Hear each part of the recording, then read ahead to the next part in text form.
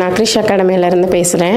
Kids above 6 இயர்ஸ்க்கு வந்து பார்த்தீங்க அப்படின்னா நாங்கள் கிட்ஸ் சம்மர் கேம்ப் அரேஞ்ச் பண்ணியிருக்கோம். Hand writing classes, Phoenix classes, அதுக்கப்புறமா இதில் ஜாயின் பண்ணுற குழந்தைங்களுக்குலாம் ஃப்ரீ கிராஃப்ட் ஆக்டிவிட்டீஸ் வந்து நாங்கள் ப்ரொவைட் பண்ண போகிறோம். ஹேண்ட் ரைட்டிங் பார்த்தீங்க அப்படின்னா அப்பர் கேசஸ், லோவர் கேசஸ் வந்து ஸ்கிரிப்ட்லேருந்து டைரெக்டாக வந்து எழுத தெரியாது இல்லையா குழந்தைங்களுக்கு, ரூலில் மாற்றும் போது அவங்களுக்கு அந்த சேஞ்சஸ் வந்து டிஃபர் ஆகும். ஸோ அதுவும் சொல்லித்தரோம். குழந்தைங்களுக்கு ஸ்பீடு தேவை அப்படிங்கிறப்போ கர்சிவில் வந்து ஸ்பீடாகவும் எழுதுறது எப்படின்னு சொல்லித்தரோம். இப்போ ஹேண்ட் ரைட்டிங் பார்த்தீங்க அப்படின்னா டைரெக்டாக நாங்கள் ஹேண்ட் ரைட்டிங் எடுத்ததுமே போயிட மாட்டோம். ஜஸ்ட் ஃபஸ்ட்டு அவங்களுக்கு வந்து பெனகிராம் டீட்டெயில்ஸ் எல்லாமே கொடுத்துட்டு அதுக்கப்புறம் ஸ்ட்ரோக்ஸ் இன்ட்ரடியூஸ் பண்ணிவிட்டு அதுக்கப்புறமா தான் வந்து கர்சிவ் வந்து எப்படி எழுதணுங்கிறத சொல்லிக் கொடுப்போம். நெக்ஸ்ட் வந்து ஃபோனிக்ஸில் வந்து பார்த்தீங்க அப்படின்னா நிறைய குழந்தைங்களுக்கு எப்படி படிக்கிறது அப்படிங்கிறதுல நிறைய கன்ஃபியூஷன்ஸ் இருக்கும். மேஜிக், ஏ ரூல், அதுக்கப்புறம் கொஞ்சம் ஃபோனிக்ஸ், 2 குரூப் ஆஃப் ஃபோனிக்ஸ் வந்து நாங்கள் இதில் கவர் பண்ணிடுவோம். அதுக்கப்புறம் ஃப்ரீ ஆக்டிவிட்டீஸ் எல்லாமே பிரெயின் டெவலப்மெண்ட் ஆக்டிவிட்டீஸ், அதுக்கப்புறம் ice cream sticks activities, dumpling activities எல்லாமே பிளான் பண்ணியிருக்கோம். கண்டிப்பாக அவங்களுக்கு ஒரு ஃபுல்ஃபில்டு